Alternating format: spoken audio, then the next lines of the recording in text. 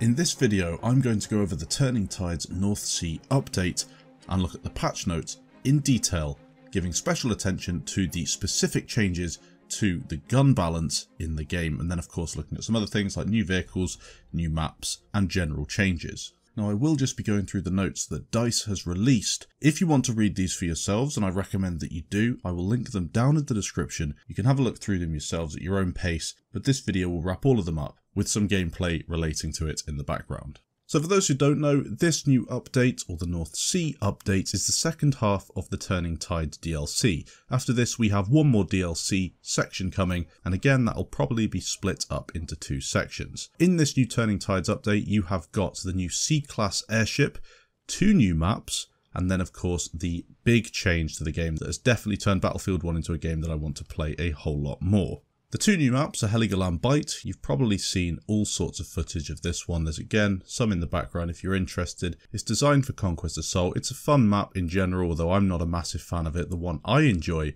is Zeebrugge. Zeebrugge is a very nice map overall because of the infantry focused gameplay.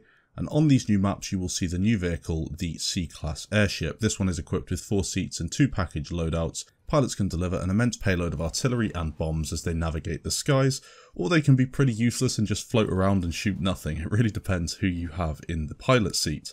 That being said, it's nice to see some more vehicles in the game, even if they are these larger mini behemoths, if you like the C-class airship. We'll see new uniforms. You're going to see the British Empire's elite naval troops, the Royal Marines. Very interesting to see these nice blue uniforms. It's nice to have something different on the game. And then, of course, you have the big one, the new improved weapon balance. Now, I'm going to go through this, linking closely to the patch notes, putting the information up on screen. For those who don't really want to listen to me, they can pause the video and read it themselves. Lots of stuff in here that is very important. You can't just go into the game like you did before because things are a lot different. Now, here are the big changes. I'm going to go through the numerous balance tweaks that we are going to get with this TTK shift.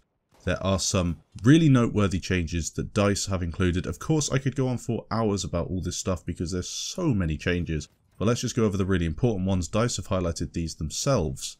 Let's start off with the medic rifles. Now, my favourite rifle in the game, the Farquhar Hill, had a damage drop-off that started at 34 metres, but now it is at 46 metres, and it ended at 52 metres, but now it's at 59 metres, meaning you can get that 3-shot kill at slightly longer ranges. The M1907 SL damage drop-off ended at 55 metres, but now is at 60. The autoloading 8.25 damage drop-off ended at 19.5 metres, is now at 16, and used to end at 40, but now is at 45. And of course the RSC has been made slightly easier to fire with less recoil. The rate of fire has been upped, and it is a 2-hit kill of up to around 70 metres. The 3-hit kill range of the Cebregotti has also been increased by 10 metres. DICE have adjusted the spread to LMGs. They have a slower zoom-in speed to differentiate them from SMGs, and both LMGs and SMGs now have slightly increased vertical recoil. This might play differently on console and PC because of course PC recoil is easier to control for the most part because you've got your mouse, while on console it can be more difficult. The SMG 08/18 Optical's first shot spread multiplier has been reduced. This makes this gun slightly more useful. Remember, the SMG 0818 is a weapon that wasn't really used much, even though it was a awesome weapon to combat the Hellriegel. It never really got any love because it just wasn't good enough. A couple of things for the Scout. The Russian 1895 Trench has its 2-hit kill range upped to 70 metres from 47, and the 1-hit kill headshot range has been increased from 41 to 64. Very important because this gun, for me, was a lot of fun to use, but it just didn't have enough power. LMG bipods have been changed slightly as well. Essentially what the change means is that heavy MGs with high first shot spread multipliers benefit slightly more from the bipod, while high fire rate LMGs with high horizontal recoil will receive less benefit. It'll be interesting to see which ones in particular are now going to be lasers when bipoded. Interestingly, the AT mine damage has been increased by 50% and the radius has been adjusted to 2 metres. The HE version of the tripwire mine deals twice as much damage to sprinting players, and the gas tripwire mine has a small 15 damage explosion when tripped, dealing damage to players who may already be wearing a gas mask. This damage is doubled for sprinting players. I think it's interesting that they've doubled the damage for sprinting players. It means you have to be a little more careful when running around corners. Another change that's not strictly a weapon change, but something quite important, DICE have greatly improved the reliability of the AA guns when firing against bombers from certain angles. Interesting, not really too sure why they needed a change with the AA guns, but let's see how it plays out. And finally, this isn't everything of course, but something that I find quite important and something that I saw on Broken Machine's stream earlier. The Infiltrator Elite class has been nerfed to hell. The ammunition count of the Martini Henry grenade launcher has been reduced to 11 from 21, and the inner blast radius of that grenade launcher has been reduced to 1 meter from 2.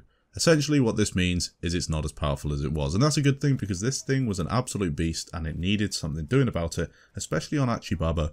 Really, you could dominate a match just with one elite class, which is not really fair in my opinion.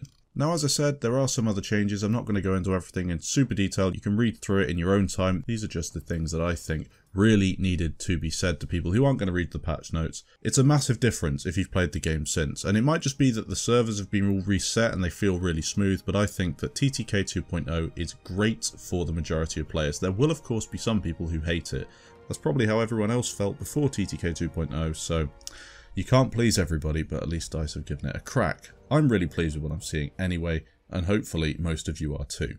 Thanks for watching guys, and I'll catch you in the next video.